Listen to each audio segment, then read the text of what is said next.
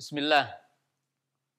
Alhamdulillah hamdan katsiran thayyiban mubarakan fi kama yuhibbu rabbuna wa yardah. Asyhadu an la ilaha illallah wahdahu la syarikalah wa asyhadu anna Muhammadan abduhu wa rasuluhu wassalatu wassalamu ala Rasulillah wa ala alihi wa ashabihi wa man tabi'ahum bi ihsanin ila yaumiddin amma ba'du. Ya ayyuhalladzina amanu taqullaha haqqa tuqatih wa la tamutunna illa wa antum muslimun. Kaum muslimin, pemirsa Roja TV yang dimuliakan Allah Subhanahu wa taala, sahabat Radio Roja yang dimuliakan Allah Subhanahu wa taala, alhamdulillah pada kesempatan siang yang berbahagia ini dengan izin dan kudrat dari Allah Subhanahu wa taala kita dapat berjumpa untuk membahas tentang masalah-masalah ilmiah. Dan pada kesempatan pagi hari ini dan insya Allah seterusnya, yaitu pada setiap pekan Selasa kedua pada pukul 10 insya Allah, dan setiap pekan Selasa keempat pada pukul 10 kita akan membahas satu pembahasan yang sangat berharga insya Allah, yaitu berbicara tentang akidah, berbicara tentang tauhid melalui hadis-hadis Nabi Shallallahu Alaihi Wasallam. Dan kita membawakan dari Sahih Bukhari, yaitu kitab Sahih Bukhari di bab atau di dalam kitab yang terakhir, yaitu di bahasan terakhir dalam kitab Sahih Bukhari. Itu Imam Bukhari membawakan satu pembahasan, itu Kitabut Tauhid Waradi al-Jahmiyah. Jadi beliau membawakan sebuah judul besar dari sekian pembahasan yang dibahas oleh Imam Bukhari, di mana Imam Bukhari mencantumkan sekitar 97 kitab atau dari pembahasan besar dalam kitabnya. Yang dimulai dengan kitab Badi'il Wahyi, yaitu kitab permulaan tentang wahyu.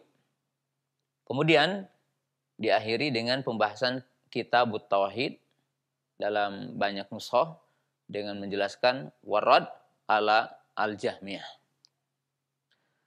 Kaum muslimin pemirsa yang dimuliakan Allah Subhanahu wa taala, tentunya dalam pembahasan ini kita membahas tentang inti-inti akidah dan inti-inti berkaitan dengan tauhid. Tentunya kita membahas tidak lepas dari tentunya para ulama membahas dalam sebuah masalah ilmiah itu tidak lepas mungkin dari 3 pembahasan besar biasanya. Yang pertama, kita mengambil dari buku-buku yang sudah dikarang oleh para ulama tentang pembahasan tentang akidah ataupun tauhid. Yang kedua, kita mempelajari yaitu melalui Al-Quran, di mana Al-Quran tentunya sebagai sumber hukum dan sumber rujukan di dalam beragama. Kemudian dari hadis-hadis Nabi Shallallahu Alaihi Wasallam, dari hadis-hadis Nabi Shallallahu Alaihi Wasallam yang merupakan sumber bagi setiap mukmin dalam menetapkan agamanya, dalam menetapkan agama kita kembali kepada Al-Quran dan Sunnah Rasulullah Shallallahu Alaihi Wasallam dan pemahaman salafus saleh dan apa yang telah diletakkan kaidah-kaidahnya oleh para ulama kita. Nah, kaum muslimin pemirsa yang dirahmati Allah Taala, di kesempatan pagi hari ini sebagai awal dari pembahasan bahwa kita mengenalkan hadis. Tentunya kita mengenal mungkin akidah ataupun masalah tauhid umpamanya dari kitab-kitab para ulama yang udah disusun bikin bab ini gitu ya. Kemudian kita tentunya mengetahui tentang tauhid itu dari Al-Qur'an. Mengetahui akidah dari Al-Qur'an, rukun iman, apa yang dicantumkan di dalam Al-Quran. Dan selain itu tentunya adalah hadis-hadis Nabi SAW. Jadi bagaimana Rasulullah SAW mengajari kita tentang tauhid. Dalil-dalil seputar akidah, dalil-dalil seputar tauhid melalui hadis-hadis Nabi SAW.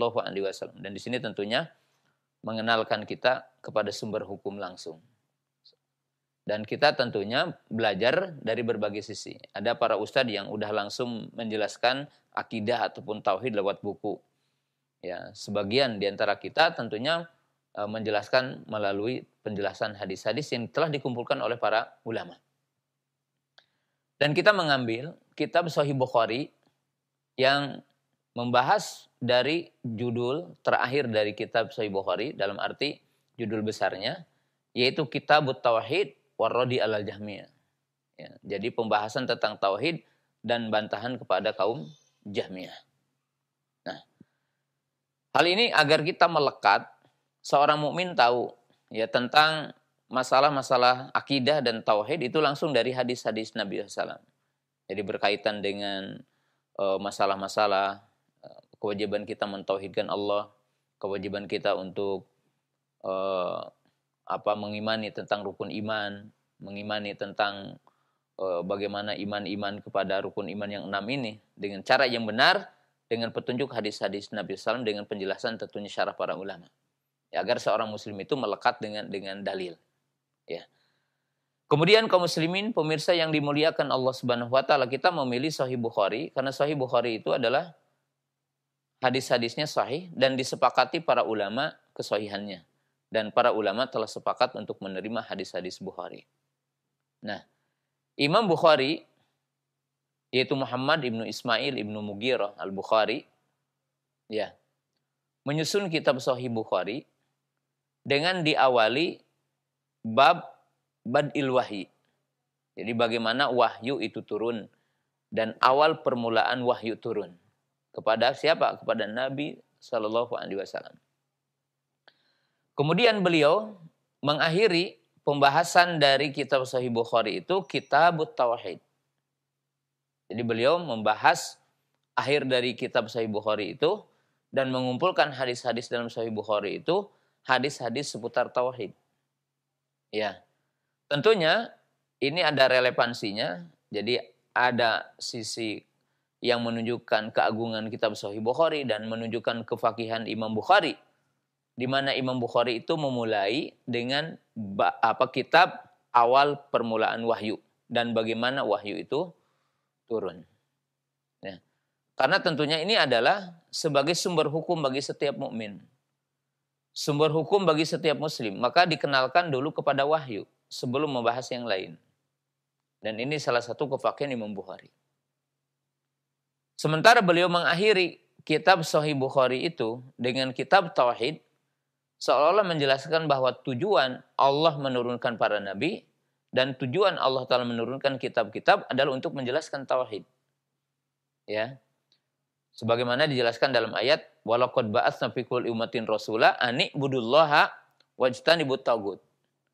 Ya, sungguh kami telah mengutus untuk setiap kaum, setiap umat seorang rasul yang mereka berkata, wahai kaumku, sembahlah Allah semata dan tinggalkanlah tagut. Ya, salah satu makna tagut itu ma'ubida min dunillah, kullu ma'ubida min dunillah. Itu setiap yang diibadahi selain Allah Subhanahu wa taala. Maka Imam Bukhari ya sangat agung, relevan, bab wahyu, kemudian diakhiri dengan kitab tauhid. Seolah-olah tujuan dan utama pembahasan dari Al-Quran itu adalah tauhid. Bahkan para ulama kita sebagian mengatakan Al-Qur'anu kulluhu tauhid. Quran itu intinya tauhid, ya. Dan para ulama telah membagi isi Al-Qur'an itu, menurut sebagian para ulama isi Al-Qur'an itu ada 3. Yang pertama babul khobar, yang kedua babul amri wa nawahi, yang ketiga adalah babul wa'di wal wa'id. Bahwa isi Al-Qur'an itu pada intinya itu kembali kepada 3 pembahasan pokok. Yang pertama bab tentang berita, khobar, ya. Yaitu Allah Subhanahu wa taala mengkhabarkan tentang dirinya, tentang nama-namanya, sifat-sifatnya, rububiyahnya, uluhiyahnya, keagungan kebesaran Allah taala. Allah taala ceritakan di dalam Al-Qur'an. Kemudian Al-Qur'an ini berbicara tentang berita masa yang telah lalu, dari cerita orang-orang soleh, cerita para nabi, cerita para rasul, berita tentang malaikat, dan tentunya berita yang akan datang. Seperti apa yang akan terjadi di alam kubur, kemudian di padang mahsyar, kemudian dengan surga dan neraka. Berkaitan dengan balasan-balasan yang Allah Ta'ala akan berikan bagi manusia itu. Sedangkan yang kedua, isi Al-Quran itu berupa awamir wa nawahi, yaitu perintah dan larangan. Jadi berupa perintah dan larangan tentang halal haram, ya, syariat, ya, perintah mentauhidkan Allah, larangan syirik, perintah taat, larangan maksiat, dan seterusnya. Sedangkan yang ketiga dari isi Al-Quran itu berupa al-wa'du wal-wa'id. Isi Al-Quran itu berupa ya kabar gembira bagi orang-orang yang taat, kabar gembira bagi orang-orang yang bertakwa. Kemudian apa? Berupa ancaman, yaitu wa'id. Bagi siapa pelaku maksiat? Bagi orang-orang kafir, orang-orang yang durhaka kepada Allah Subhanahu wa taala. Nah, maka Quran itu mengajarkan intinya tauhid. Karena tentunya semuanya adalah bertumpu kepada hakikat tauhid, yaitu ifradullahi ta'ala bil ibadah, mengesahkan Allah Ta'ala dengan beribadah. Maka Imam Bukhari mengawali dengan bab kitab wahyu, ya, bagaimana wahyu turun, ya.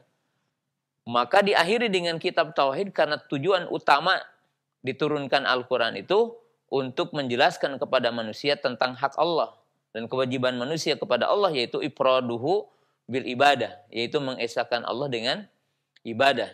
Ifraduhu bi ta'ah. Jadi mengesahkan Allah dengan taat. Dan tentunya itu juga merupakan tujuan dari diciptakan manusia dan jin. Wa ma khalaqtul jinna wal insa illa liya'budun. Nah, kemudian mu'allif menjelaskan Bismillahirrahmanirrahim. Kitabut Tauhid waradi alal Jahmiyah. Qala babu maja'a fi du'aihi ummatahu ila tauhidillah. Qala Imamul Bukhari rahimahullah ta'ala hadatsana Abu Asim, hadatsana Zakaria ibnu Ishaq an Yahya ibnu Abdullah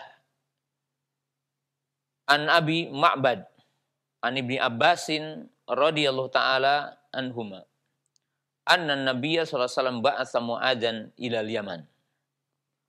Wa qala wa hadatsani Abdullah ibnu Abil Aswad hadatsana Al-Fadl ibnu Al-Ala hadatsana Ismail ibnu Umayyah an Yahya ibnu Abdullah ibnu Muhammad anhu sami'a Aba Ma'bad Ismail ibnu Umayyah annahu sami'a Aba Ma'bad Maula Ibni Abbas yaqulu sami'tu Ibnu Abbasin yaqulu lama ba'atsa Mu'adzan nahwal Yamani qala lahu innaka taqdumu ala qaumin min ahlil kitab falyakun awwala ma tad'uuhum ila ayyuhidullaha ta'ala fa idza arafu dzalik fa akhbirhum anallaha farada alaihim khamsa salawatin fi kulli yawmihim wa lailatihim. Fa idza sallu fa akhbirhum anallaha ibtarada alaihim zakata amwalihim tu'khadu min agniyaihim faturaddu ala faqirihim. Fa idza aqarru bidzalik fahud minhum wa tarak karami amwalihim. Wa qala Imam Al-Bukhari rahimahullah taala hadatsana Muhammad ibnu Bashar, hadatsana Gundar, hadatsana Syu'bah an Abi Husain wal Ash'as ibni Abi Sulaim sami Aswad ibnu Hilal an Mu'ad ibni Jabalin radhiyallahu ta'ala anhu qala Nabi sallallahu alaihi wasallam ya Mu'ad atadri ma haqqullahi 'alal ibad qala Allah wa rasuluhu a'lam qala ayya'buduhu wa la yusyriku bihi syai'a andiri ma haqqum alaihi qala atadri ma haqquhum alaihi qala Allah wa rasuluhu a'lam qala alla yu'adzibahum. Wa qala Imam Al-Bukhari rahimahullahu ta'ala hadatsana Ismail hadatsani Malik an Abdurrahman ibnu Abdullah ibnu Abdurrahman an abihi an Abi Sa'id Al-Khudri anna rajulan sami'a rajulan yaqra'u qul huwallahu ahad al-ikhlas yuraddiduha falamma asba ja'ila Nabi sallallahu alaihi wasallam padahal qaradalik wa kana rajulu yataqawwaluha qala Rasulullah sallallahu alaihi wasallam waladhi nafsi biyadihi innaha la ta'dilu thuluthul Qur'an. Ya. Imam Bukhari membawakan bab di sini, bab atau membawakan judul besar Kitabut Tauhid. Dia menjelaskan Kitabut Tauhid. dan tentang bantahan kepada kaum Jahmiyah. Tentang bantahan ke kaum Jahmiyah. Kemudian beliau menyebutkan bab pertama dari kitab Tauhid, bab tentang penjelasan seruan Nabi SAW kepada umatnya untuk bertauhidkan Allah. Jadi dakwah Nabi SAW menyeru umatnya agar mentauhidkan Allah Subhanahu wa taala. Kemudian beliau membawakan beberapa hadis. Nah, di pelajaran pertama mu'alif tadi sudah saya jelaskan bahwa mu'alif memulai kitabnya dengan kitab wahyu. Kemudian mengakhirinya dengan kitab tauhid. Seolah-olah menjelaskan kepada kita tentang dua poin sangat penting. Poin yang pertama, Imam Bukhari ingin menjelaskan bahwa ketika kita beragama dengan agama Islam, maka ingat sumber agama Islam ini adalah wahyu. Itu apa yang datang dari Allah melalui lisan Rasulnya. Dan wahyu yang datang dari Allah melalui lisan Rasulnya ada dua. Wahyu dalam bentuk Quran dan wahyu dalam bentuk sunnah. Itu yang kita kenal dengan hadis. Dan hadis adalah wahyu. Wa may yantiqu anil hawa in huwa illa wahyu yuha. Ya. Dan setiap mukmin wajib berhukum dengan wahyu. Wajib setiap mukmin adalah mendasari dalam beragama adalah dengan wahyu. Apa yang datang dari Allah. Sumber hukum kita bukan akal. Sumber hukum kita bukan mimpi. Sumber hukum kita dalam beragama bukan mimpi, bukan akal, dan bukan apa-apa. Tetapi sumber hukum kita adalah Al-Quran dan Sunnah. Yang disertai tentunya dengan pemahaman yang benar dari pemahaman salafus saleh ridwanullahi ta'ala alaihim. Dan ini adalah perkara yang sangat urgen. Kemudian ketika Imam Bukhari mengakhiri kitab sahihnya itu dengan kitab Tauhid, maka di sini dijelaskan oleh para ulama seolah-olah mengatakan juga bahwa tujuan dari wahyu dan pokok pembahasan utama dari wahyu yang Allah turunkan kepada hambanya melalui lisan Nabi kita Muhammad SAW dan tentunya melalui Jibril alaihissalam, maka itu tujuannya adalah tauhid yang paling pokok. Itu agar manusia mentauhidkan Allah Subhanahu wa taala. Agar manusia mengesahkan Allah Subhanahu wa taala. Maka disitulah relevansinya. Kemudian kaum muslimin, pemirsa yang dimuliakan Allah Subhanahu wa taala, mu'alif memulai dengan bismillah. Jadi di sini berarti udah jeda, kemudian dengan pembahasan besar baru, maka beliau juga menyebutkan lagi bismillah. Hal ini diambil kesimpulan oleh sebagian para ulama bahwa seyogianya kalau kita bekerja, kemudian berhenti, kemudian bekerja lagi, seyogianya kita menulis lagi bismillah atau kita bismillah lagi, tidak mengapa. Dan itu disyariatkan. Jadi umpamanya kalau seseorang umpamanya di sawah mencangkul, bismillah di pagi-pagi, jam 10 kita berhenti. Kemudian kita akan kerja lagi, meneruskan kerjaan kita bismillah lagi. Sebagaimana kalau kita juga orang nulis bismillahirrahmanirrahim, dia nulis. Setelah itu dia berhenti, lama mungkin makan dulu, minum dulu, kemudian akan kerja lagi, maka itu adalah bismillah lagi. Hal ini sebagaimana dipraktikkan oleh Imam Bukhari rahimahullahu taala dalam sejumlah judul-judul yang beliau bawakan suka memakai bismillah. Hal itu menunjukkan bahwa beliau berhenti ada jeda ketika menulis judul baru dalam bab kitab Sahih Bukhari ini. Sehingga beliau mulai lagi dengan apa? Bismillah. Kemudian beliau menyebutkan Kitabut Tauhid warradi alal Jahmiyah. Kitabut Tauhid warradi alal Jahmiyah. Jadi di sini ada dua bagian. Bab penjelasan tentang tauhid atau judul besarnya adalah penjelasan tentang tauhid dan bantahan kepada kaum Jahmiyah. Jadi bantahan kepada kaum Jahmiyah. Siapa kaum Jahmiyah itu? Pengikut Jaham ibnu Safwan. Yang sesungguhnya tokoh besarnya bukan beliau, tetapi tokoh besarnya adalah Ja'ad ibnu Dirham. Tetapi sekte ini yang sangat populer, yang menisbatkan diri kepada Islam tetapi mereka menyimpang, adalah pemahaman Jaham ibnu Safwan yang diambil dari Ja'd ibnu Dirham. Tetapi menjadi populer adalah dia, Jaham ibnu Safwan. Ya. Dan kita akan jelaskan nanti. Kitabut Tauhid Warad al-Jahmiyah. Nah, tauhid dari sisi makna lugawi adalah min wahada yuwahidu tauhidan. Ai al-iman biwahdaniyatillah. Tauhid dari sisi makna dari kalimat wahada yuwahidu tauhidan. Jadi ismu masdar. Yaitu isi masdar dari kalimat wahada yuwahidu tauhidan. Nah, ini dari sisi makna lugawi. Adapun dari sisi makna istilahi tentang apa itu tauhid, maka tentunya para ulama berbeda-beda dalam mentakbirkan tentang hakikat tauhid. Hal itu tergantung, ya apa artinya di sini ulama ahli sunnah. Beda dengan di sini adalah ahlu bidah. Nanti kita akan jelaskan. Jadi definisi tauhid menurut ahli sunnah, terkadang para ulama berbeda-beda dalam mentakbirkannya. Nah, kenapa para ulama terkadang berbeda-beda dalam mentakbirkan definisi tauhid? Ya, ada dua sisi. Sisi yang pertama terkadang takbir tentang tauhid itu mendefinisikan bagian makna tauhid. Ya, ketika para ulama membagi ada tauhid rububiyah, ada tauhid uluhiyah, ada tauhid asma wa sifat.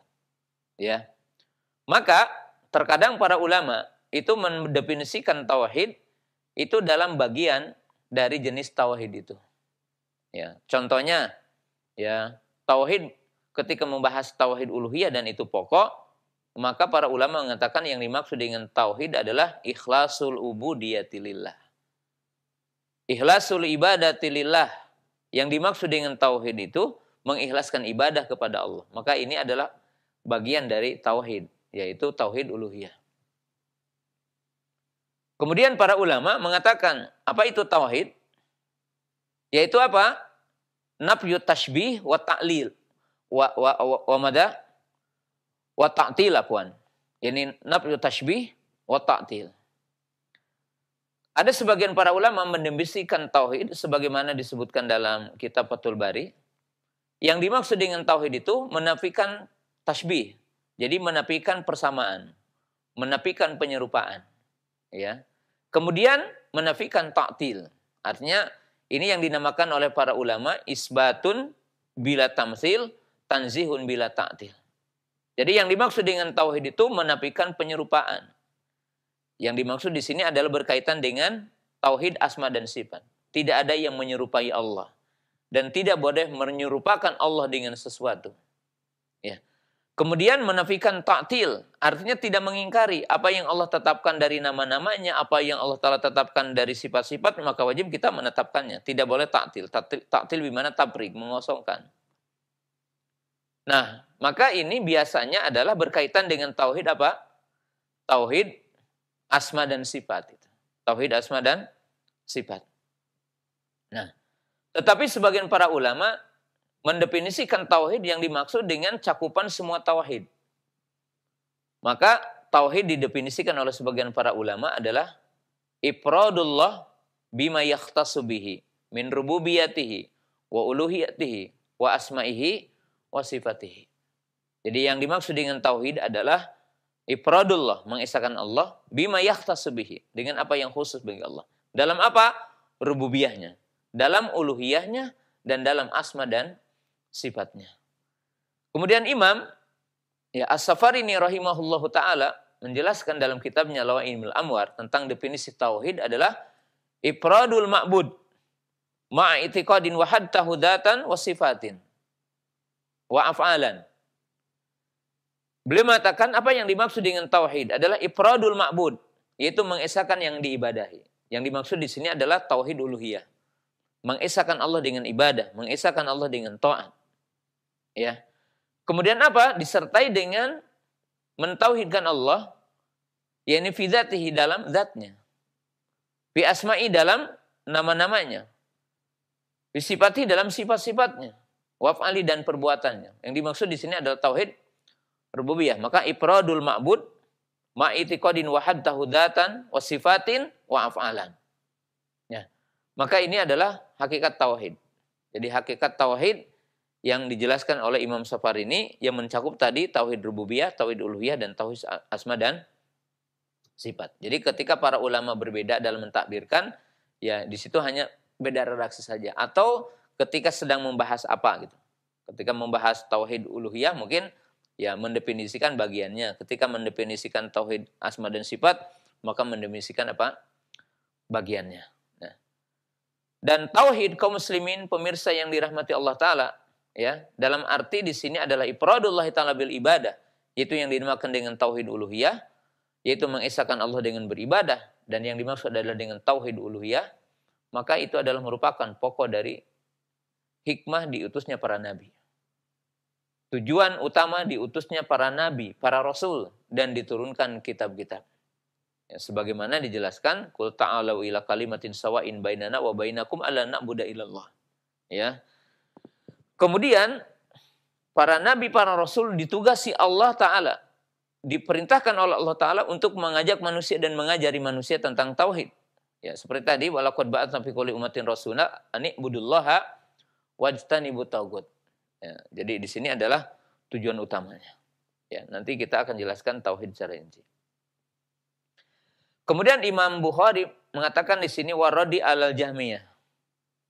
Dan isi hadis-hadis yang ada di kitab tauhid ini juga berupa penjelasan, berupa bantahan kepada kaum Jahmiyah. Siapa Jahmiyah itu? Atau kaum Jahmiyah itu siapa? Yaitu Jahm ibn Safwan as-Samarqandi. Ya. Dia memiliki fikrah, artinya pemahaman yang menyimpang, pemahaman yang jauh dari hakikat Islam. Jadi sangat jauh dari hakikat Islam. Dan ini adalah firqah yang menyimpang. Ya. Kemudian kaum muslimin pemirsa yang dimuliakan Allah Subhanahu wa taala. Imam Bukhari di kitab terakhirnya itu bantahan kepada Jahmiyah.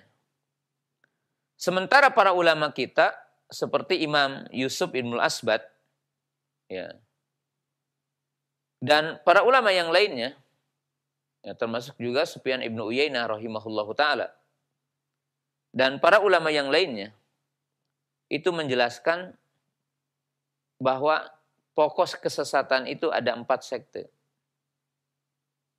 Jahmiyah atau ya sekte-sekte yang lain, kalau disebutkan 5 berarti dengan Jahmiyah ini. Jahmiyah, Qadariyah, kemudian Murji'ah, kemudian Khawarij. Dan yang kelimanya adalah Mu'tazilah. Jadi Jahmiyah, Mu'tazilah. Atau mungkin di sini adalah bagian yang keenamnya. Ya, kalau kita menyebutkan sebelum Jahmiyah, Khawarij, Rafidhah, Qadariyah, Murji'ah. Ya, Qadariyah, Murji'ah. Nah, Imam Bukhari di sini menyebutkan kitab tauhid dan bantahan kepada kaum Jahmiyah. Kenapa hanya menghususkan kaum Jahmiyah? Nah, para ulama mengatakan karena pada bab-bab yang sebelumnya telah dibantah sekte-sekte lain. Kalau Murji'ah, yaitu orang-orang yang menyimpang tentang iman. Jadi yang menyimpang tentang iman, kaum Murji'ah ini. Orang yang mengatakan amal soleh bukan dari iman, itu intinya. Dan tidak memasukkan amal soleh bagian dari iman. Bahkan mereka mengatakan orang yang tidak beramal soleh ya imannya sempurna. Bahkan orang yang melakukan maksiat imannya sempurna. Karena mereka mengatakan bahwa maksiat tidak mempengaruhi kepada iman. Ya, sebagaimana kesolehan tidak akan mempengaruhi kepada kekafiran. Dan ini penyimpangan. Nah, itu telah dibantah perinciannya dalam Kitabul Iman. Dalam kitab Sahih Bukhari. Ya, Kitabul Iman dalam kitab Sahih Bukhari. Ya, dan tentunya itu adalah merupakan kitab yang kedua setelahnya kemudian Kitabul Ilmi. Nah, kemudian tentang kaum Rafidhah. Jadi kaum Rafidhah itu telah dibahas ya dalam pembahasan sebelumnya. Ya, itu berkaitan dengan kaum Rafidhah. Yaitu dalam sejumlah kitab. Yang pertama adalah tentang Fadlus Sahabah. Tentang masalah sahabat. Kemudian Kitabul Ahkam. Ya, tentunya ini adalah berkaitan dengan siasat politik, Kitabul Ahkam. Yang menunjukkan bahwa khilafah Abu Bakar itu hak, khilafah Utsman adalah hak, khilafah Umar adalah hak. Dan mereka tentunya Muslim dan sahabat mulia, berbeda dengan apa yang diyakini oleh orang Rafidhah Syiah yang mengkafirkannya. Maka dibantah dalam bab itu. Nah, kemudian berkaitan dengan Khawarij, sekte yang lain adalah kaum Khawarij. Ya. Maka kaum Khawarij itu telah dibahas dalam Kitabul Fitan. Artinya tentang cerita Khawarij, siapa Khawarij, bagaimana orang Khawarij, seluk-beluknya mereka, pemahaman mereka. Maka itu telah dibahas dalam Kitabul Fitan. Jadi bab tentang fitnah. Bab yang berkaitan dengan tentang fitnah. Kemudian secara kaidah umum dari semua penyimpangan ini telah dibantah oleh Imam Bukhari dalam kitab Al-I'tisam bil Kitabi wa Sunnah. Bab berpegang teguh dengan Al-Quran dan Sunnah. Karena tentunya ahlul kalam dari kalangan Mu'tazilah, kemudian dari kalangan Jahmiyah, mereka yang mengedepankan akal dari syar'i, dari dalil, maka itu dibantah oleh Imam Bukhari dalam kitab dalam kitab tentang berkaitan dengan Al-I'tisam bil Kitabi wa Sunnah. Nah, kemudian berkaitan dengan Qadariyah. Ya.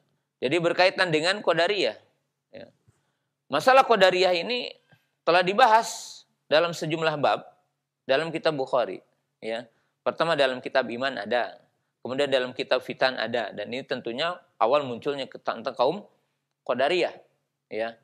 Bahkan Imam Bukhari membahas ya, yaitu tentang af'alul ibad. Perbuatan hamba adalah makhluk Allah. Tetapi terjadinya perbuatan hamba dengan iradah hamba itu dan dengan kudrah hamba itu yang Allah Ta'ala berikan kepada manusia, kepada hambanya. Nah, maka Imam Bukhari rahimahullahu ta'ala di dalam akhir dari kitab Sahih Bukhari ini membahas tentang kitab Tauhid dan bantahan kepada orang-orang Jahmiyah. Jadi bantahan kepada orang-orang Jahmiyah. Nah, kita akan jelaskan sekilas siapa sih Jahmiyah itu. Jahmiyah adalah pengikut Jaham ibnu Safwan. Jaham ibnu Safwan. Dia bernisbat kepada Islam, akan tetapi memiliki penyimpangan-penyimpangan yang sangat jauh dari Islam. Sekte ini memiliki pemahaman yang jauh dari Islam. Bahkan Gulatul Jahmiyah itu dikeluarkan dari Islam. Tidak termasuk 72 golongan. Ya, jadi tidak termasuk dari Ahlul Qiblah dan tidak termasuk dari yang 72 golongan. Ya, jadi dihukumi oleh sebagian para ulama bahwa Jahmiyah itu adalah firqah bid'ah yang sesat dan kafir, keluar dari Islam. Walaupun itu ada tafsirnya dijelaskan oleh para ulama. Tapi ini dari global pemahamannya. Nah, kaum Jahmiyah ini memiliki banyak penyimpangan dalam usul-usul akidah. Ya. Kalau berkaitan dengan takdir, maka Jahmiyah itu Jabariyah. Jadi Jabariyah. Yang mengatakan bahwa manusia itu tidak punya kehendak, manusia tidak punya kudrah. Ya. Digambarkan oleh mereka manusia itu adalah bagaikan ranting-ranting yang ketiup angin. Sedangkan ahli sunnah beriman manusia punya kudrah, manusia punya masyiah. Tapi masyiah manusia dan kudrah manusia di bawah masyiah dan kudrah Allah Subhanahu wa taala. Ya, jadi ini contoh penyimpangannya. Dalam masalah iman Jahmiyah itu murji'ah, bahkan dikatakan gulatul murji'ah. Maka dikatakan di sana ada murji'ah Jahmiyah yang mengatakan iman cukup di dalam hati. Gitu. Jadi kaum Jahmiyah ini orang yang mengatakan iman cukup dalam hati, tidak perlu ikrar, kemudian tidak perlu beramal. Maka di sini tentunya adalah sangat berbahaya karena menihilkan agama. Ya, agama tidak perlu diamalkan kalau begitu. Orang yang tidak sholat, tidak puasa juga sama dengan orang yang sholat. Ya, ini kan bahaya gitu, menyimpang. Jadi Jaham ibnu Safwan dalam masalah iman adalah murji. Dalam masalah takdir adalah Qadariyah, Jabariyah. Ya. Kemudian Jahmiyah ini berkaitan tentunya bahasan pokok yang paling banyak di sini, yaitu berkaitan dengan masalah nama dan sifat Allah Ta'ala. Maka kaum Jahmiyah ini sesat-sesatnya firqah karena mereka mengingkari nama Allah, tidak menetapkan nama bagi Allah, tidak menetapkan sifat bagi Allah. Jadi kaum Jahmiyah ini ya menafikan nama kepada Allah, menafikan sifat kepada Allah. Jadi mereka itu tauhidnya itu tauhid nafyu, tauhid peniadaan. Ya. Karena menurut mereka kaum Jahmiyah, kalau kita menetapkan nama atau menempatkan sifat, maka berarti menyamakan Allah dengan makhluknya. Nah, oleh sebab itu tauhid menurut ahli bid'ah dari kalangan Jahmiyah, mereka mengatakan tauhid itu nafyu sifat, menafikan sifat. Nafyul asma, menafikan nama dan menafikan sifat Allah Ta'ala. Itu baru dikatakan muwahhid. Dan itu tentunya keliru. Nah, jadi di dalam masalah nama dan sifat Allah Ta'ala, dalam tauhid asma dan sifat, maka orang-orang Jahmiyah itu menafikan sifat dan menafikan nama kepada Allah. Jadi mereka menafikan. Maka oleh sebab itu mereka mengistilahkan istilah yang samar gitu. Mengistilahkan istilah yang samar. Ya seperti umpamanya, apa itu tauhid? Nafyu tashbih. Apa itu tauhid? Menafikan tashbih. Menafikan persamaan. Menafikan penyerupaan. Nah, tetapi mereka meletakkan kaidah yang keliru. Meletakkan kaidah yang sesat di dalam masalah nama dan sifat Allah Ta'ala. Nah, ketika mereka menetapkan kaidah tadi, definisi, apa itu tauhid? Nafyu tashbih. Apa itu tauhid? Menafikan persamaan. Nah, maka dalam kerangka berpikir mereka itu mengatakan, kalau kita memberi nama kepada Allah, maka berarti menyamakan Allah dengan makhluknya. Karena tidak ada yang diberi nama kecuali makhluk menurut mereka. Menurut akal mereka. Ya. Maka mereka menafikan nama. Yang kedua, mereka juga mengatakan menafikan sifat. Sebab sifat itu adalah makhluk. Gitu. Jadi kalau menetapkan sifat berarti sama dengan makhluknya. Jadi menyamakan Allah dengan makhluk. Nah, sedangkan ahli sunnah tentunya dalam bab ini kita udah diberikan kerangka. Ayat yang berbunyi, laisa kamitslihi syai'un wa huwas samiul basir. Jadi di situ ada dua bagian dalam ayat ini. Ya. Laisa kamitslihi syai'un. Artinya menafikan persamaan. Menafikan penyerupaan. Tidak boleh tamtsil, tidak boleh tashbih. Wa huwas samiul basir, dan Allah yang maha mendengar dan maha melihat. Maka di sini menetapkan sifat basar, sifat samu. Allah itu mendengar dan Allah melihat. Maka orang beriman menetapkan menetapkan nama As-Sami, menetapkan nama Al-Basir. Dan menetapkan sifat bagi Allah yaitu As-Samu wal Basar. Allah maha melihat, Allah maha mendengar. Jadi Allah maha melihat, Allah maha mendengar. Ya. Sedangkan menurut orang-orang Mu'tazilah, kemudian setelah itu diikuti orang-orang menurut orang Jahmiyah, ya, kemudian diikuti setelahnya oleh orang-orang Mu'tazilah. Mereka mengatakan, ya, tidak boleh kita menetapkan nama bagi Allah, tidak boleh kita menetapkan sifat bagi Allah Ta'ala. Nah, sehingga mereka juga punya pemahaman yang keliru setelah itu. Yang lainnya, mereka mengatakan, nah, Allah tidak mungkin dikasih nama. Maka mereka mengatakan nama-nama Allah itu makhluk. Allah menciptakan nama. Nama Allah itu makhluk. Kalau kita mengatakan sifat Allah bukan makhluk. Nama Allah bukan makhluk. Tetapi menunjukkan kepada Allah Subhanahu wa Ta'ala. Ya. Sebab al-asma lil musamma. Ya. As-sifat lil mausuf. Jadi nama untuk yang dinamai dan sifat untuk yang disifati. Siapa yang dinamai? Allah. Maka dikatakan walillahi al-asmaul husna fad'uhu biha. Ayyamat tad'una falahu al-asmaul husna. Dan sifat untuk zat. Karena tentunya sifat dilalatun ala zat. Sifat menunjukkan adanya apa? Zat. Ya. Maka kaum muslimin pemirsa yang dimuliakan Allah Subhanahu wa Ta'ala, ya, thariqah ahli sunnah itu menetapkan nama bagi Allah, menetapkan sifat bagi Allah. Kaum Jahmiyah menafikan nama-nama bagi Allah, menafikan sifat-sifat bagi Allah. Ya, karena menurut mereka menetapkan identiknya menyamakan, dan itu keliru ya. Karena ahli sunnah telah punya kaidah laisa kamitslihi syai'un wa huwas samiul basir. Qul huwallahu ahad, Allahus samad, lam yalid wa lam yulad wa lam yakul lahu kufuwan ahad. Nah, jadi di sini tentunya bantahan Imam Bukhari nanti berkaitan dengan tauhid tentang Jahmiyah. Ya, karena orang Jahmiyah mengartikan seperti itu.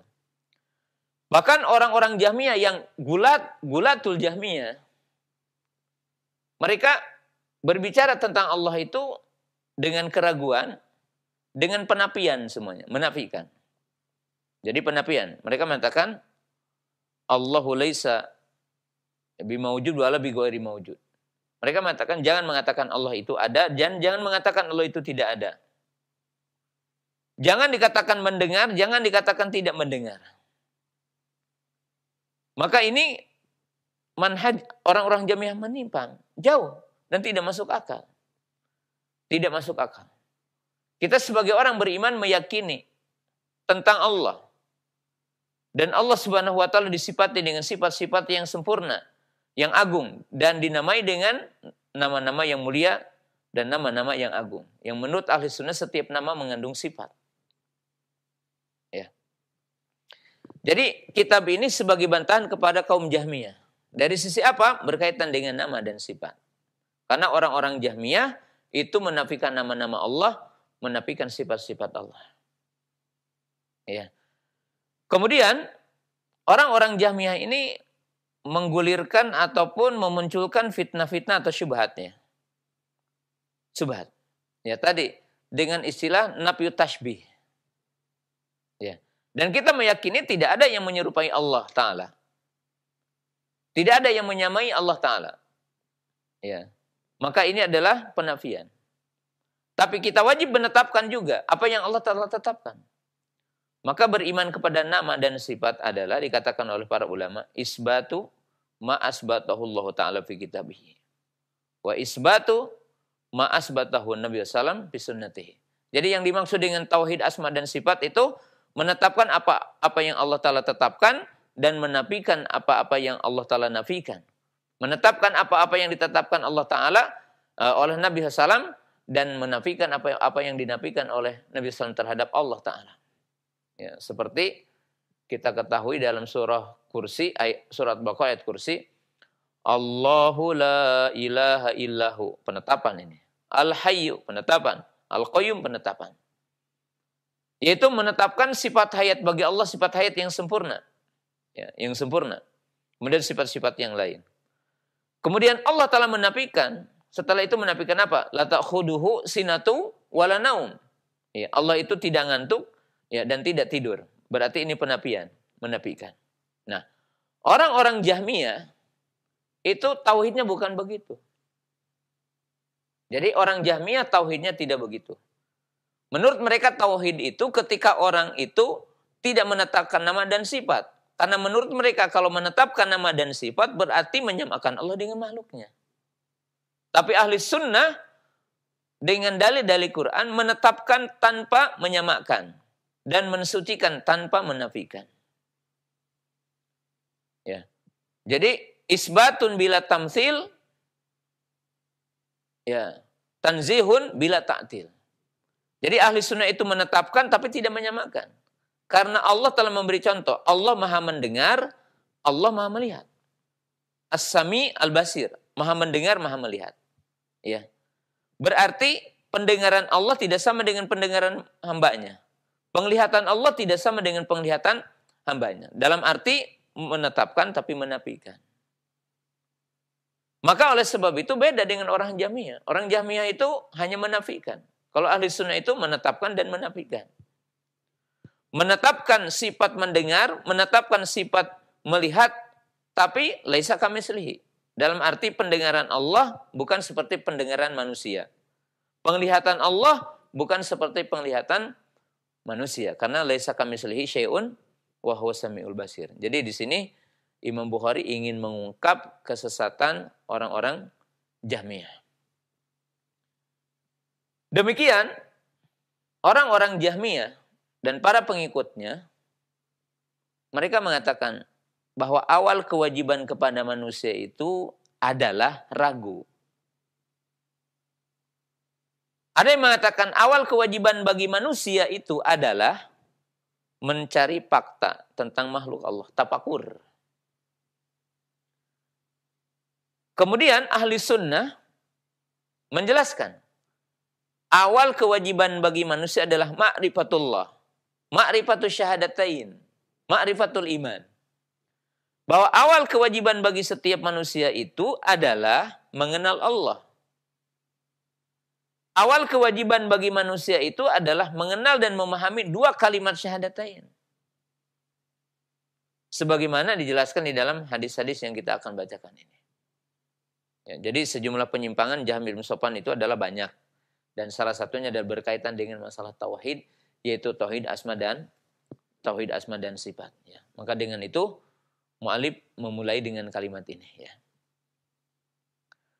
Kemudian, mu'alif menjelaskan. Ya.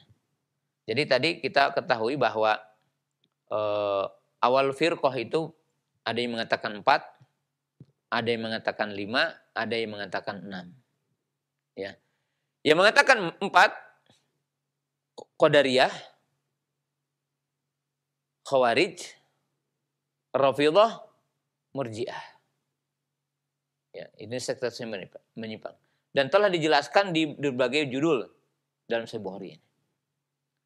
Sedangkan yang kelima adalah Jahmiyah, pengikut Jahm bin Safwan, yang sebetulnya tokoh utamanya adalah Ja'ad ibn Dirham. Kemudian setelah itu adalah yang dinamakan Mu'tazilah, Ahlul Kalam. Jadi Ahlul Kalam. Yusuf ibn Asbad dan para ulama yang lainnya mengatakan bahwa sumber kesesatan di dalam agama ini ada 4. Khawarij, Rafidhah, Murji'ah, Qadariyah.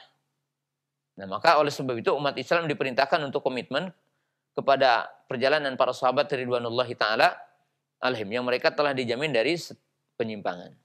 Nah, kemudian Imam Bukhari membawakan judul ya di sini, bab tentang penjelasan ajakan Nabi Shallallahu Alaihi Wasallam ataupun seruan Nabi Shallallahu Alaihi Wasallam umatnya untuk mentauhidkan Allah Subhanahu Wa Taala. Ya, jadi seruan Nabi Shallallahu Alaihi Wasallam, dakwah Nabi Wasallam menyeru umatnya untuk mentauhidkan Allah Subhanahu Wa Taala. Nah, lalu Imam Bukhari membawakan hadis ya tentang hadis Mu'ad. Ya. Hadis Mu'ad. Ya, dan hadis Mu'ad di sini tentunya adalah kisah tentang Mu'ad. Di sini adalah 3 hadis berbicara tentang Mu'ad. Ya. Pada hadis pertama dan hadis kedua sesungguhnya itu adalah satu rumpun penjelasan Mu'ad diutus untuk berdakwah. Ya. Ya, dinyatakan dalam hadis Abdullah bin Abbas, anna Nabi SAW ba'atha Mu'adan ilal Yaman. Bahwa Nabi SAW mengutus Mu'ad ke negeri Yaman. Pada hadis yang kedua disebutkan dengan innaka taqdumu ala qaumin min ahlil kitab. Ya. Para ulama menjelaskan tentang syarah hadis ini. Pertama disebutkan ke negeri Yaman. Ya. Di riwayat lain dikatakan ila nahwal Yaman. Menunjukkan bahwa Mu'ad bin Jabal, ya, menurut ahli sejarah dan para penjelas syarah hadis, bahwa beliau tidak diutus ke seluruh negeri Yaman.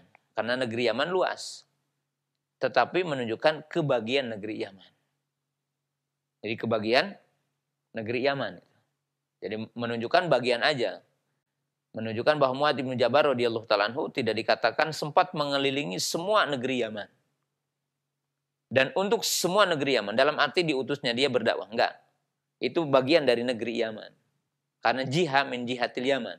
Yaitu arah dari arah negeri Yaman. Kemudian pada riwayat kedua, dikatakan bahwa Nabi SAW berkata kepada Mu'ad ketika mengutusnya, ya Mu'ad, innaka taqdumu ala qaumin min ahlil kitab. Dalam riwayat yang lain, innaka sata'ti ala qaumin ahlil kitab.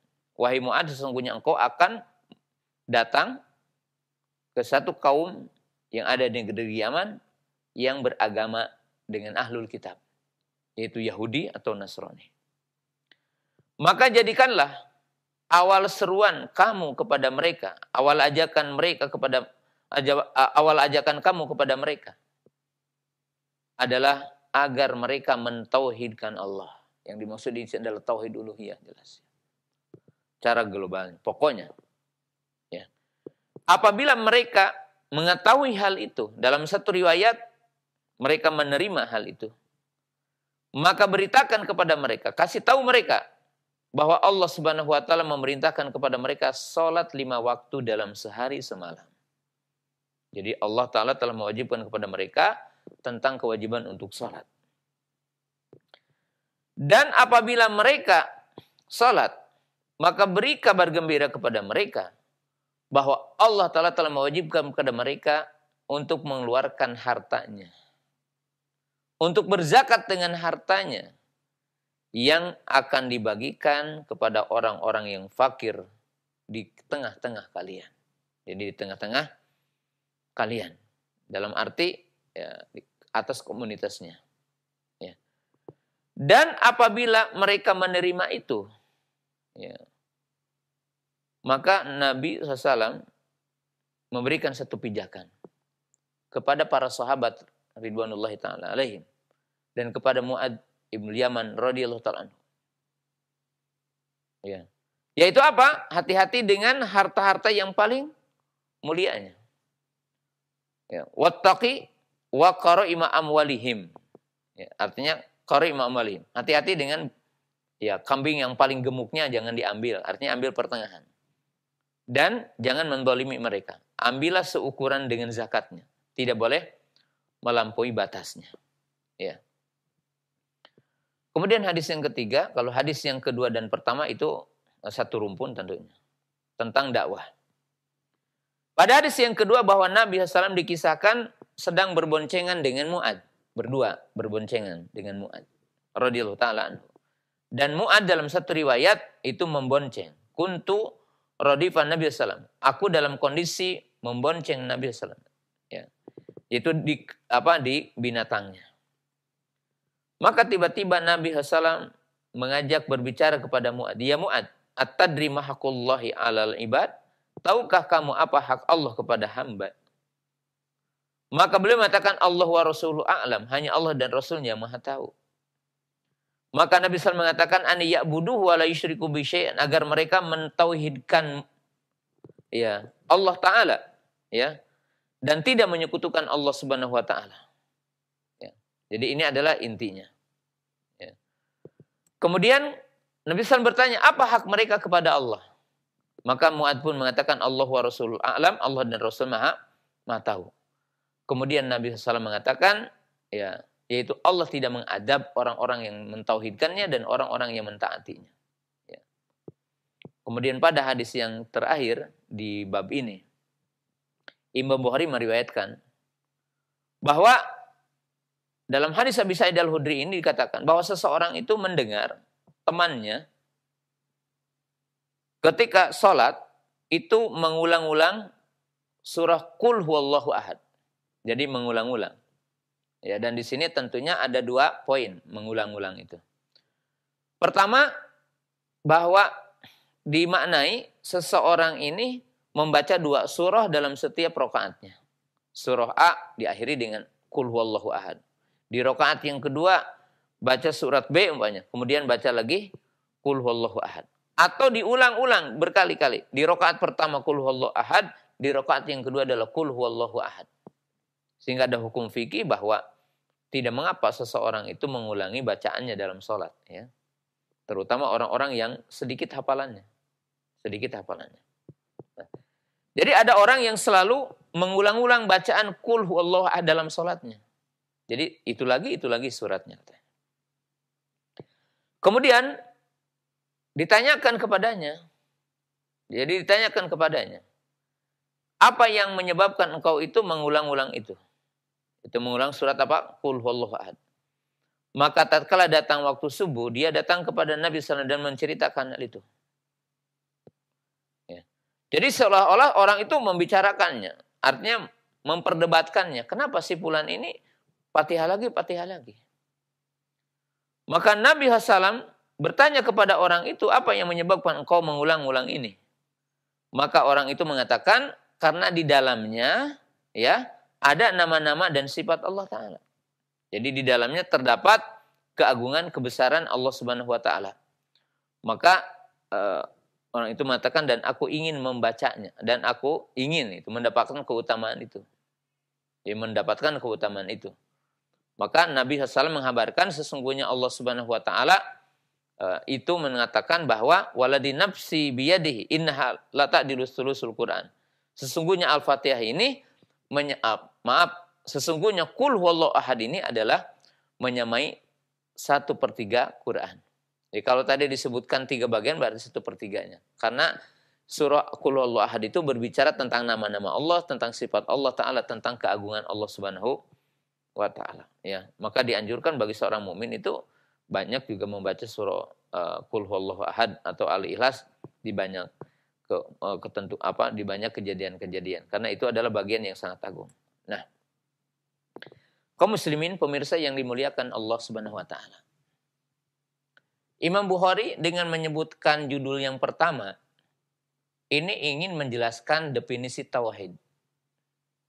Jadi ingin menjelaskan definisi tauhid yang pada intinya membantah 2 kelompok besar, yaitu Jahmiyah dan Mu'tazilah, dan orang-orang yang berjalan di belakang mereka. Ya, nanti kita akan jelaskan sebagai penutup sebelum kita butuhkan dalam pelajaran pertama. Nah, kalau orang-orang Jahmiyah tadi mengatakan, apa sih tauhid itu? Tauhid menurut kaum Jahmiyah adalah menafikan persamaan. Ini kalimat yang mujmal. Kalimat yang tidak jelas gitu. Apa menafikan persamaan itu? Ya. Tapi yang dimaksud oleh mereka, menafikan persamaan itu yang dimaksud menafikan nama dan sifat Allah. Karena menurut ukuran akal mereka, menurut kaidah mereka, kalau kita menetapkan nama-nama bagi Allah, kalau kita menetapkan sifat-sifat bagi Allah, maka berarti menyamakan Allah dengan makhluknya. Maka berarti kalau kita mentauhidkan Allah, menurut kaum Jahmiyah itu, ya tidak menetapkan nama dan tidak menetapkan sifat. Dan ini tentunya kesesatan, penyimpangan. Ya, jadi ini definisi menurut kaum Jahmiyah. Dan diikuti juga kaum Mu'tazilah dari bagian yang lain sedikit yang bagian-bagiannya tertentu. Nah, yang kedua, bahwa definisi tauhid menurut orang-orang Mu'tazilah itu lebih kepada tauhid rububiyah. Tauhid rububiyah, karena menurut mereka awal kewajiban manusia itu adalah tafakur tentang penciptaan alam semesta aja. Jadi inti dari tauhid itu meyakini adanya Allah aja. Berkaitan dengan Allah yang diibadahi, Allah memiliki nama dan sifat, maka mereka tidak. Ya. Kemudian kaum muslimin pemirsa yang dimuliakan Allah Ta'ala. Ya. Jadi ada tauhid itu yang memahaminya parsial hanya tauhid rububiyah. Ya, tidak tauhid uluhiyah. Dan tidak tauhid asma dan sifat. Maka Imam Bukhari dengan bab ini, bab tentang seruan Nabi SAW kepada tauhid. Maka kaum muslimin pemirsa yang dirahmati Allah Ta'ala ternyata mengandung mencakup 3 tauhid. Yaitu tentang tauhid uluhiyah, ifradullahi bil ibadah, mengesahkan Allah dengan ibadah. Maka tentunya di dalam 2 hadis ini jelas bahwa pertama yang didakwahkan oleh Mu'ad radhiyallahu ta'ala anhu, yang dia diperintahkan ke negeri Yaman adalah mengajar manusia memahami tauhid. Jadi memahami tauhid, memahami tentang hakikat apa? Tauhid. Ya, maka Imam Bukhari membawakan ini. Ya. Kemudian yang kedua, bahwa Imam Bukhari juga ingin menjelaskan tentang 2 tauhid berikutnya, yaitu tauhid rububiyah dan tauhid asma dan sifat. Jadi tauhid asma dan sifat dan tauhid rububiyah. Dari mana?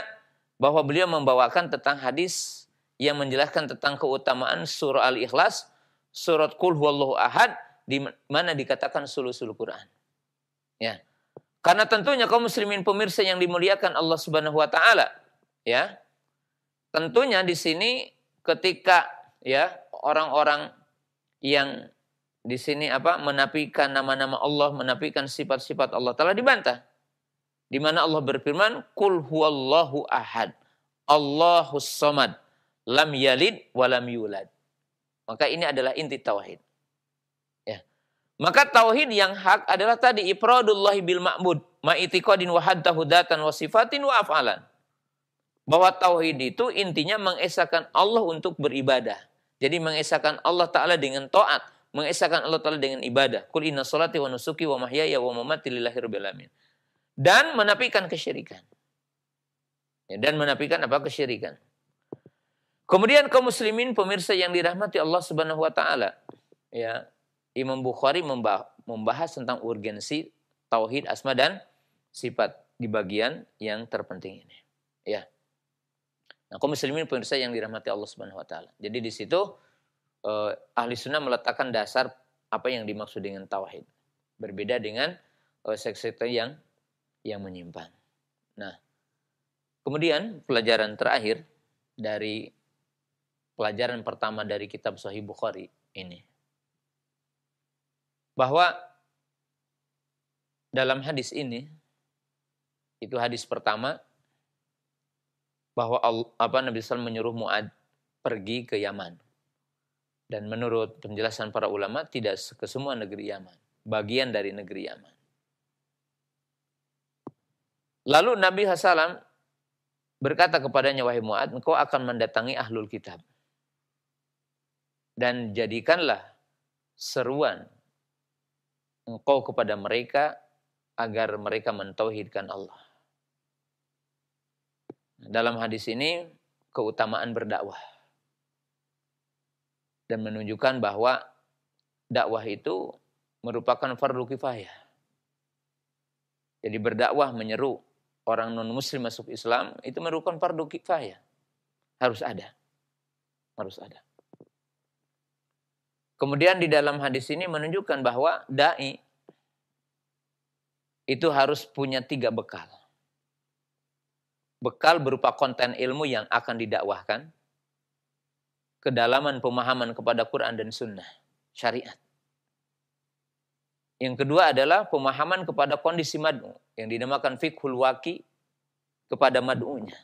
Bagaimana kondisi yang didakwahi oleh kita. Sedangkan yang ketiga adalah basirah kepada uslub, redaksi, metode, dan wasilah-wasilah di dalam berdakwah.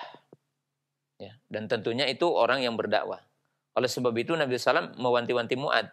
"Wahai Mu'ad ibn Jabal, engkau akan mendatangi tempat ini yang mereka adalah ahlul kitab." Sehingga punya perbekalan untuk mereka. Yang menunjukkan bahwa setiap da'i akan merubah satu kondisi, maka harus tahu kondisi tertentu itu. Nah, kemudian dalam hadis ini menunjukkan bahwa awal kewajiban yang paling utama dan yang paling pertama adalah menyeru manusia kepada tauhid. Mengikrarkan 2 kalimat syahadat dan memahami keduanya. Ya, dan memahami keduanya. Di sini tentunya dakwah yang paling urgensi, kemudian setelahnya. Kemudian yang ketiga, dan ini tentunya sangat agung, sangat penting. Bahwa Nabi Shallallahu Alaihi Wasallam menafikan hakikat keimanan yang ada pada ahlul kitab Yahudi dan Nasrani. Mereka tidak dianggap ahlul tauhid. Mereka tidak dianggap ahlul iman. Kenapa? Karena orang-orang ahlul kitab itu, baik Yahudi ataupun Nasrani, mereka telah menyimpang dari tauhid yang merupakan tujuan hikmah Allah Ta'ala menciptakan manusia. Ya ayyuhan nasu ubudu rabbakumul ladzi khalaqakum wal ladzina min qablikum. Kenapa? Karena mereka, orang-orang Yahudi, menyembah Uzair. Dan orang-orang Nasara menyembah kepada Isa alaihissalam. Maka kaum muslimin pemirsa yang dimuliakan Allah Subhanahu wa taala, hadis ini pun mengisyaratkan Salah satunya bahwa orang-orang Yahudi, orang-orang Nasrani tidak dianggap ahlul iman. Dan keimanan mereka kepada nabi mereka itu tidak menjadi cukup bahwasanya mereka adalah dikatakan ahlul iman, ahlul kiblah. Ya. Dan mereka tidak dianggap ahlul khair menurut Allah Subhanahu wa taala dan pemahaman akidah Ahlussunnah wal Jamaah. Ya, karena Nabi SAW diutus kepada ahlul kitab untuk mentauhidkan Allah taala agar mereka memahami tauhid. Menunjukkan bahwa mereka tidak berada di atas tauhid. Mereka tidak berada di atas iman. Kemudian pada hadis ini juga menunjukkan bahwa keimanan mereka kepada nabi mereka, keimanan mereka kepada rasul mereka, dan tidak beriman kepada nabi kita Muhammad SAW, maka keimanan mereka tidak diakui di sisi Allah Subhanahu wa taala. Ya, tidak diakui di sisi Allah Subhanahu wa taala. Kemudian poin yang sangat penting juga di dalam hadis ini bahwa ya, orang tidak dinamakan muwahhid sehingga mengumpulkan dua rukun. Yaitu menetapkan apa yang Allah tetapkan, menafikan apa yang Allah nafikan. Menetapkan sifat-sifat yang mulia bagi Allah Ta'ala dan menafikan sifat-sifat yang buruk bagi Allah Subhanahu wa taala. Artinya sifat yang tidak layak bagi Allah Subhanahu wa taala. Ya. Kemudian kaum muslimin pemirsa yang dimuliakan Allah Subhanahu wa taala. Surah Al-Ikhlas yaitu Qul huwallahu ahad itu adalah merupakan dalil ayat yang membantah kepada semua sekte yang mereka tidak beragama dengan agama Islam. Jadi mereka yang tidak beragama dengan agama Islam. Nah, maka dengan itu kaum muslimin pemirsa yang dirahmati Allah Ta'ala, bahwa setiap mukmin wajib mengetahui agamanya dan mempelajari agamanya dengan seksama. Ya.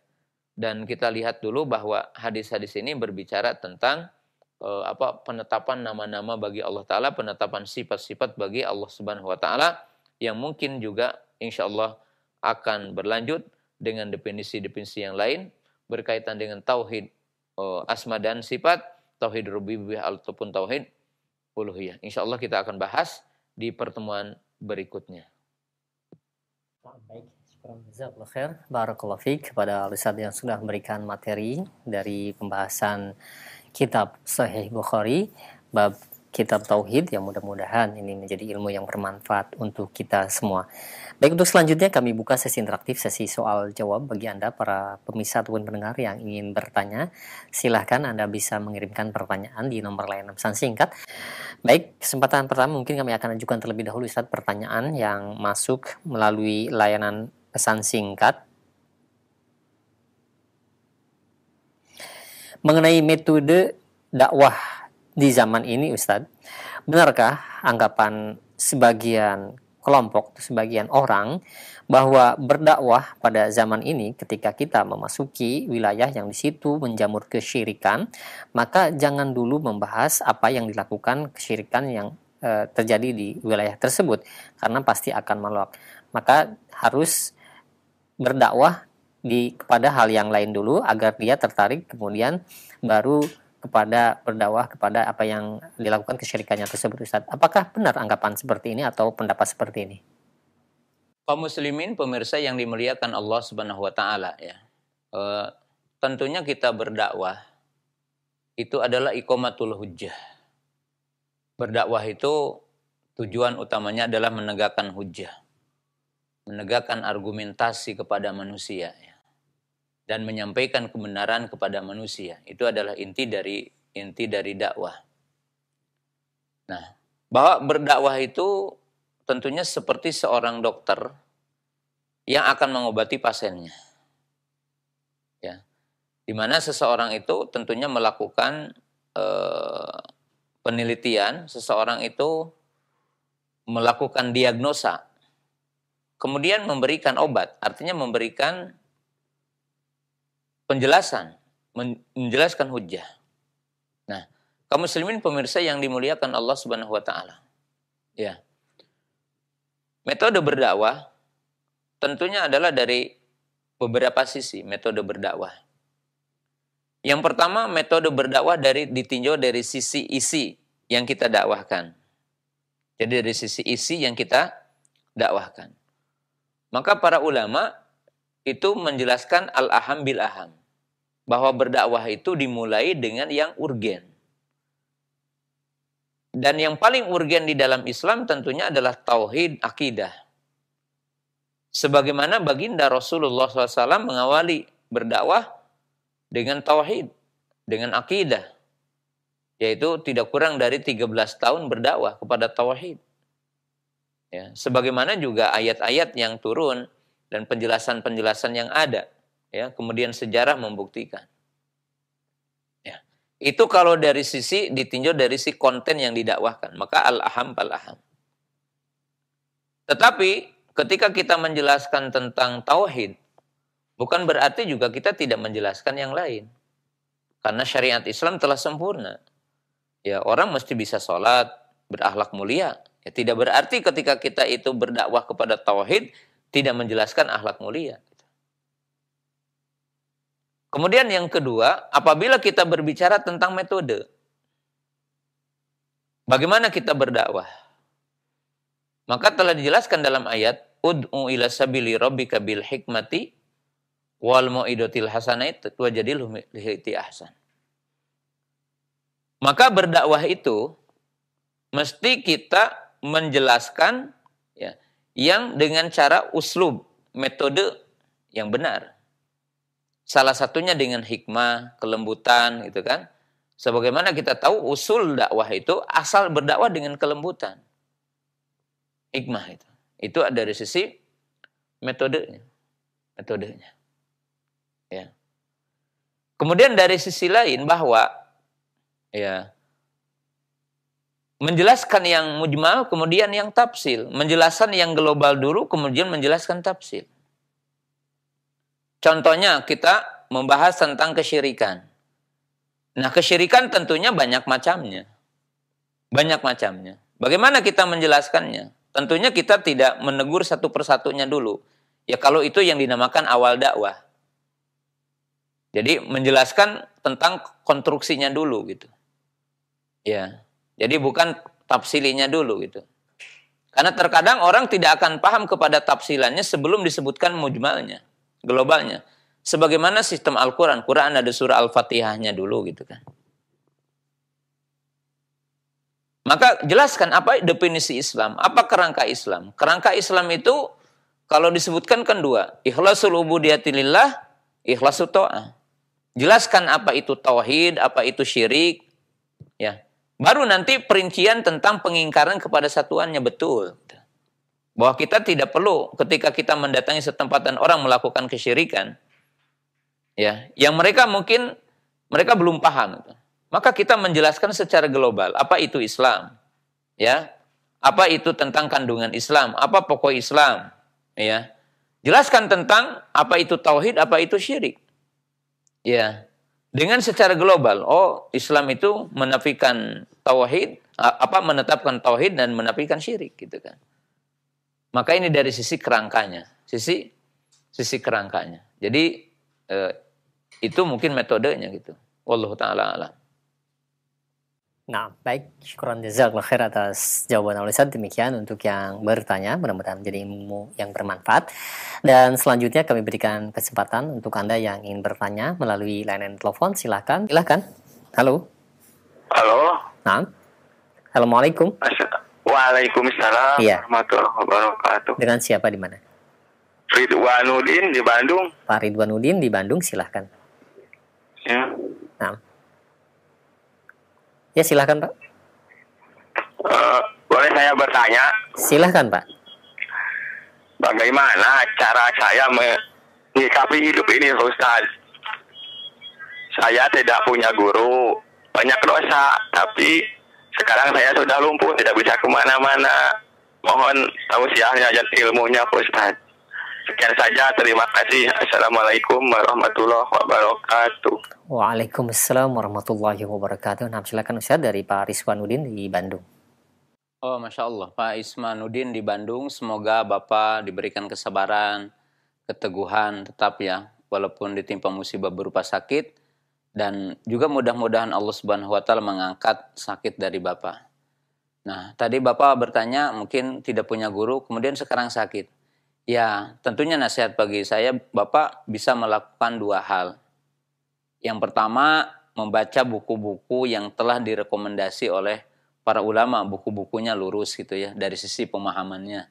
Baca buku tentang buku akidah, buku fikih, dan yang lainnya ya, itu bisa. Dan sekarang udah dijual, mungkin yang dikarang oleh guru-guru kita seperti ada kitab Tauhid yang udah diterjemahkan, kitab-kitab yang dikarang oleh Ustadz Abdul Hakim bin Amir Abdad, buku-buku yang dikarang oleh Ustadz Yazid bin Abdul Qadir Jawas, silakan beli ya. Dan tentunya itu buku-buku sangat baik. Ataupun yang udah diterjemahkan oleh para ustadz kita dari buku-buku para ulama. Kemudian yang kedua ya gunakan ya dunia sekarang IT ya, bisa dari YouTube, tapi mungkin minta arahan dari ustadz terdekat, ustadz-ustadz siapa gitu ya. Kemudian ya tekun ya untuk mendengarkan lewat televisi yang sekarang begitu banyak ya, kemudian lewat radio. Dan di Bandung juga ada 2 radio ya sekarang ya, ataupun banyak ya, saya tidak bisa menyebutkannya. Banyak radio, saya bukan orang Bandung jadi tidak tahu, tetapi yang saya tahu diantaranya ya ada radio Tarbiyah Sunnah, ada radio Roja juga di Bandung. Nah, berarti Bapak bisa mendengar di situ dengan seksama, memperhatikan mungkin dalam kondisi-kondisi Bapak seperti itu bisa menggunakan seperti itu. Wallahu ta'ala a'lam. Nah, baik. Kami ucapkan jazakallahu khair para ustadz yang sudah memberikan jawabannya. Mudah-mudahan Allah berikan semangat untuk Bapak yang berada di Bandung tadi untuk terus belajar agama. Baik, untuk selanjutnya kami ajukan kembali pertanyaan di layanan pesan singkat Ustadz. Ada pertanyaan dari Hamzah yang berada di Pinrang, Sulawesi Selatan. Ya Ustadz, ada keyakinan bahwa yang pertama kali diciptakan Allah Subhanahu wa Ta'ala yaitu adalah Nur Muhammad. Dan dari Nur inilah diciptakan semua makhluk lain, sehingga mereka berkeyakinan bahwa Muhammad adalah yang pertama dan yang terakhir. Pernyataan bagaimana dan mohon penjelasannya bagaimana dengan keyakinan seperti ini Ustadz? Barakallahu fiik. Terima kasih banyak atas jawabannya. Kaum muslimin, pemirsa yang dimuliakan Allah Ta'ala, tentunya kita harus meyakini ya. Di sini kan tentunya ada 2 sisi yang harus dibetulkan. Sisi yang pertama, kita wajib mengagungkan Nabi kita Muhammad Sallallahu Alaihi Wasallam, memuliakan Nabi kita Muhammad SAW. Tetapi mengagungkan Nabi kita Muhammad Sallallahu Alaihi Wasallam itu dengan kaidah syar'i. Jadi tidak boleh gulu, tidak boleh berlebihan. Ya. Kita meyakini Nabi kita Muhammad SAW adalah Nabi yang paling mulia. Rasul yang paling mulia. Hamba Allah yang paling mulia. Tetapi keyakinan mengatakan bahwa yang pertama diciptakan adalah cahaya yang merupakan Nur Muhammad. Maka tentunya itu adalah menyimpang dari 2 sisi. Karena hadis-hadis yang ada bahwa awal yang diciptakan Allah adalah kolam. Kemudian Allah memerintahkan uktub, tulis semuanya gitu. Jadi itu menyimpang dari sisi itu. Kemudian yang kedua, bahwa Nabi kita Muhammad SAW itu bukan diciptakan dari cahaya. Walaupun Nabi kita adalah pembawa cahaya yang memberikan cahaya kepada manusia dari kegelapan. Itu berupa hidayah irsyadnya, hidayah bayannya. Jadi ada 2 penyimpangan. Nabi kita diciptakan sebagaimana kita diciptakan. Yaitu apa? Dari air mani. Karena jelas bapaknya adalah Abdullah. Ya. Itu jelas. Jadi keliru, menyimpang. Dan ini kecintaan yang tidak syar'i. Kecintaan yang melewati batas ya, dan pengagungan yang tidak syar'i. Jadi itu mesti harus dipahami oleh kita semua. Wallahu ta'ala a'lam. Jawaban Al-Ustadz. Demikian untuk Bapak yang bertanya, Bapak Dayat. Dan selanjutnya kami ajukan kembali pertanyaan di layanan pesan singkat. Nah Ustadz, mohon penjelasannya mengenai hadis bahwa kedua orang tua Nabi itu katanya di neraka.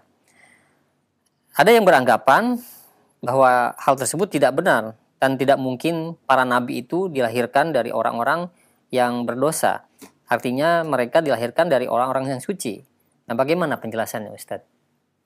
Kaum muslimin pemirsa yang dirahmati Allah Subhanahu wa taala. Ya. Mungkin saya ingin menjawab dari 3 sisi di sini. Jadi dari 3 sisi di sini yang wajib untuk dipahami di sini. Karena terkadang sesuatu yang ada perbedaan menjadi konflik yang tidak semestinya. Di manakah Nabi SAW? Apakah ke surga atau ke neraka? Ada sesuatu yang sepakat bahwa Nabi SAW ataupun bahwa bapak dan ibu Nabi SAW, yaitu Abdullah dan Siti Aminah, itu dihitung dalam masa fatrah.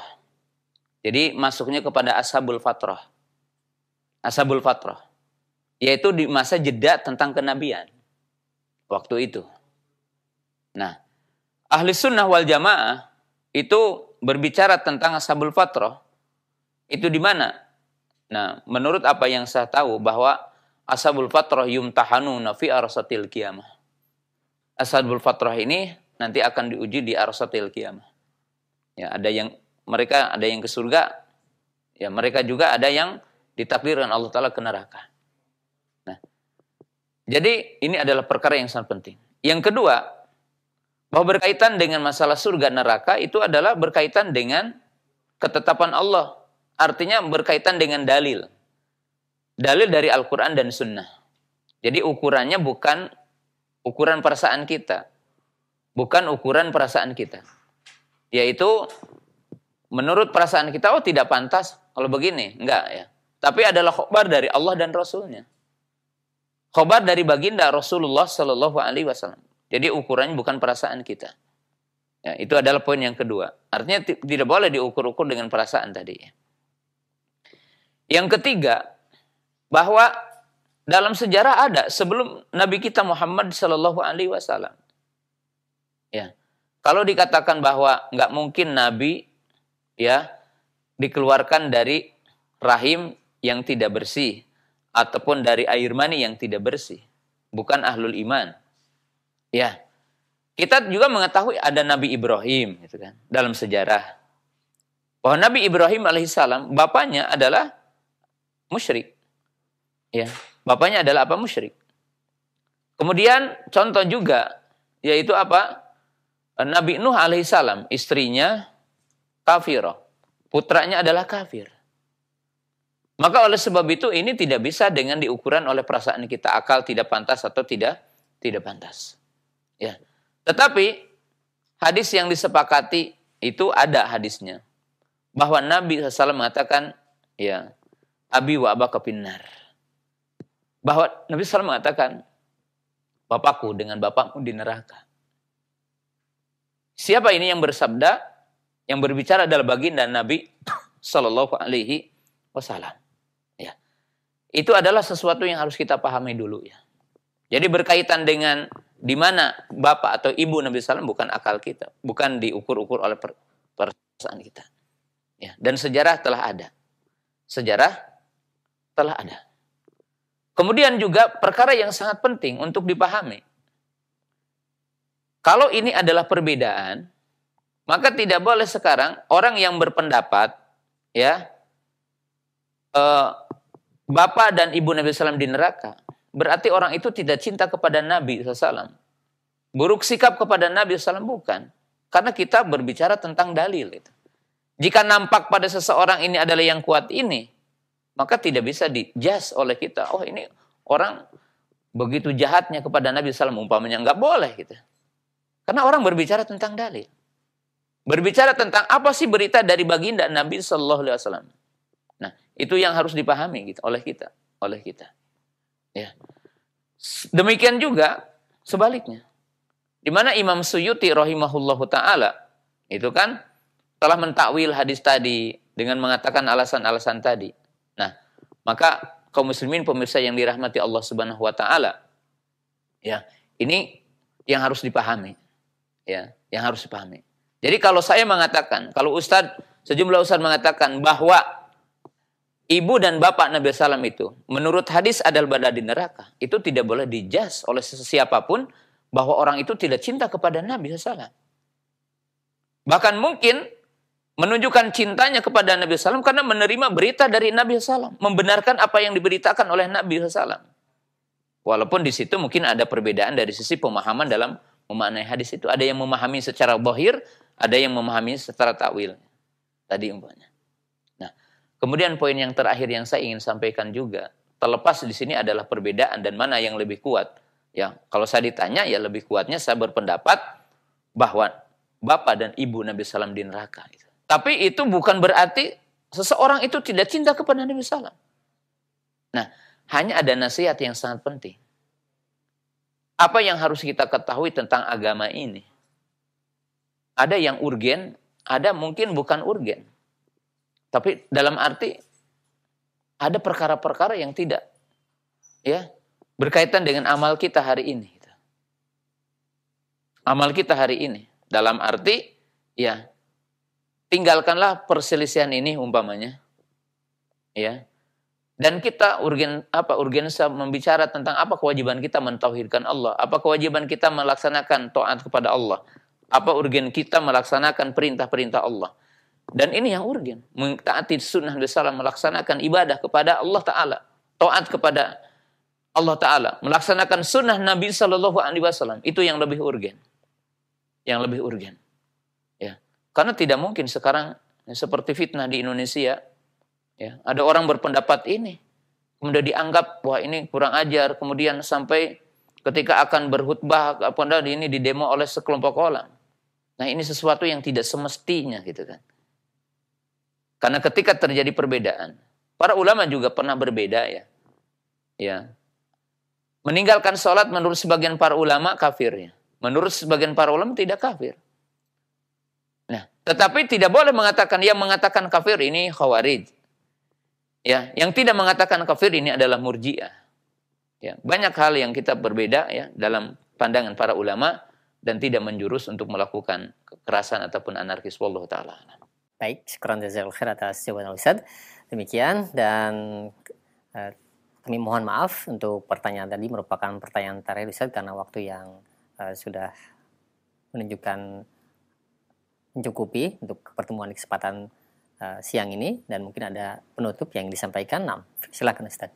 Kaum muslimin, pemirsa Roja TV dan para pendengar radio Roja di mana saja berada, bahwa pembahasan kita adalah berseri ya, yaitu membahas kitab Sahih Bukhari di bagian akhir tentang kitab Tauhid. Dan kita baru membahas tentang judul dan bab yang pertama dari kitab ini dan itu pun belum sempurna kita bahas. Insya Allah kita akan bertemu dengan pekan depan, yaitu pekan keempat di hari Selasa dengan pembahasan hadis-hadis berikutnya. Terima kasih kepada seluruh kru yang ada di Roja, kepada Akh Basit yang telah menemani saya di kesempatan pagi hari ini, dan kepada seluruh pemirsa dan para pendengar yang telah ikut interaksi dalam pertanyaan-pertanyaan. Terima kasih. Subhanakallahumma bihamdika, asyhadu an la ilaha illa anta, astaghfiruka wa atubu ilaik. Assalamualaikum warahmatullahi wabarakatuh.